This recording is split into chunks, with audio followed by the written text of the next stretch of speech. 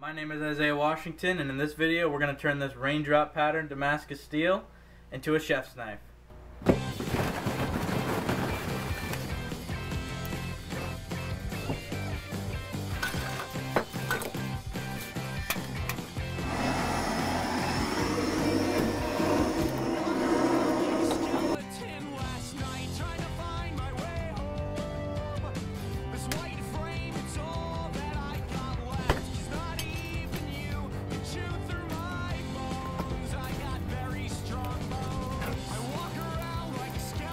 Fire!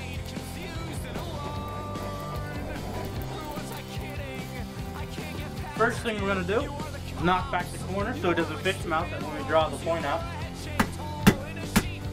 Actually, you know what? I'm going to knock this down so I can hold it with my, my other pair of tongs. Oh my god.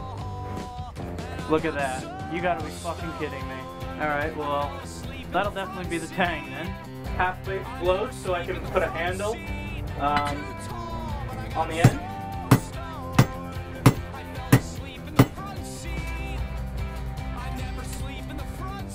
Alright, that's all I needed. Now I'm going to flip it around to the other side and put in the point. But as far as this bar goes, this is really not good. It's not good at all. This thing is splitting apart.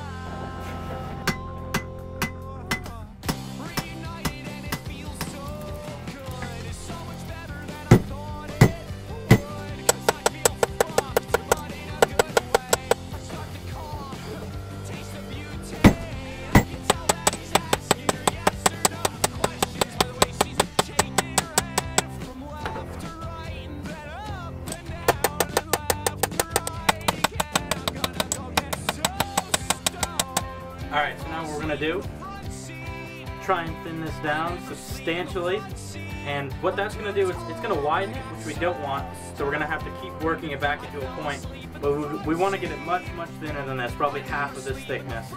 So, we're going to keep forging.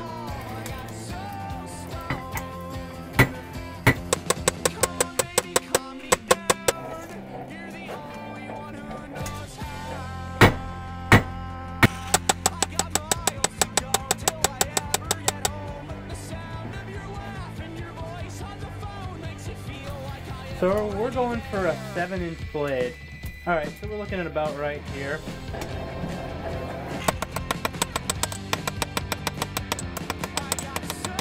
Alright, we're actually going to start drawing out the tang now.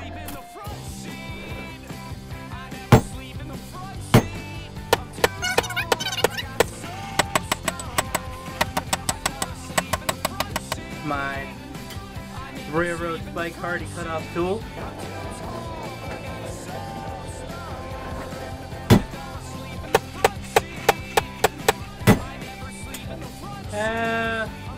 Might be enough for the tang. Alright, so now that we have the tang started, we're going to move into the edge bevel.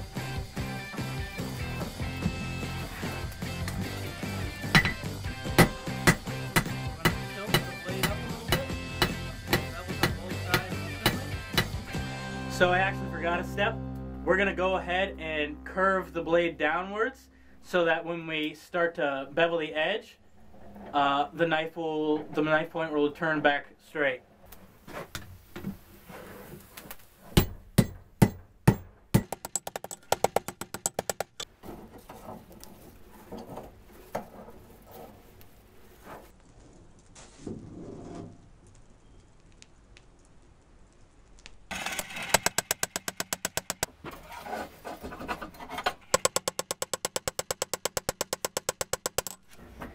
Alright, so I got the blade finished and forged out. Now all I have to do is just straighten it out and draw out the tang.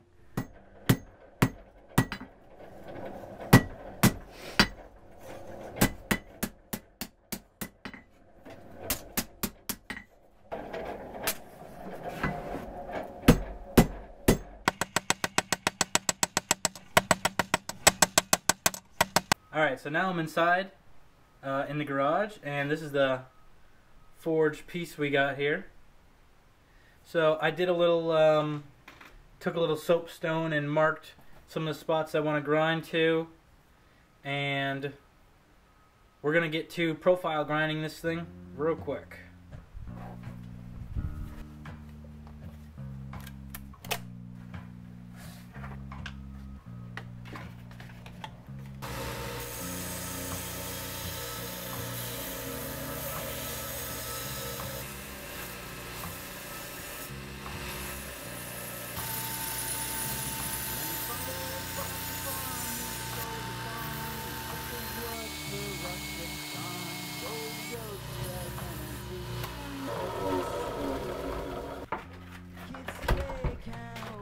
we're gonna start beveling the edge.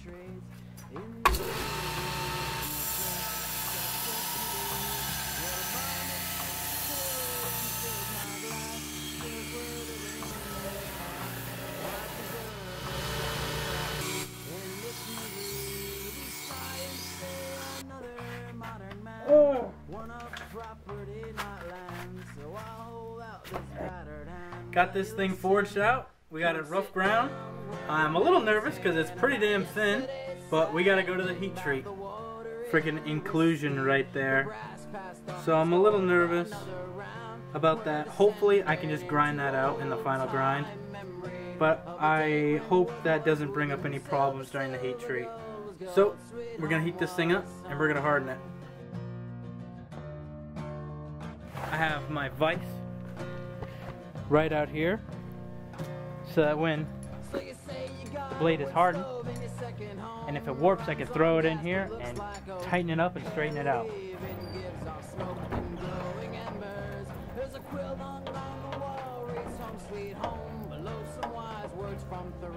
I'm not sure if I got it on camera or not, but it did warp in the oil, so I straightened it out in the vise. It's looking pretty straight right now, I'd say. Looks good. So I got the blade hardened, and now we're going to clean up the edge, or just make it shine again, and then I'm going to temper it. Very slowly, I'm gonna make my way up and down the blade.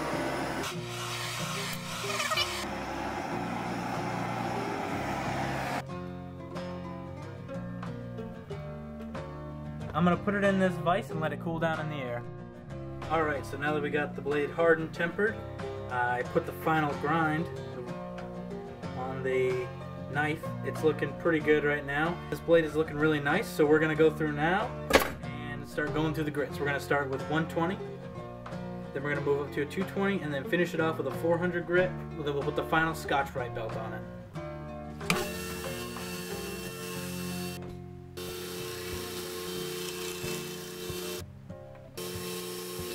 Scotch-Brite belt.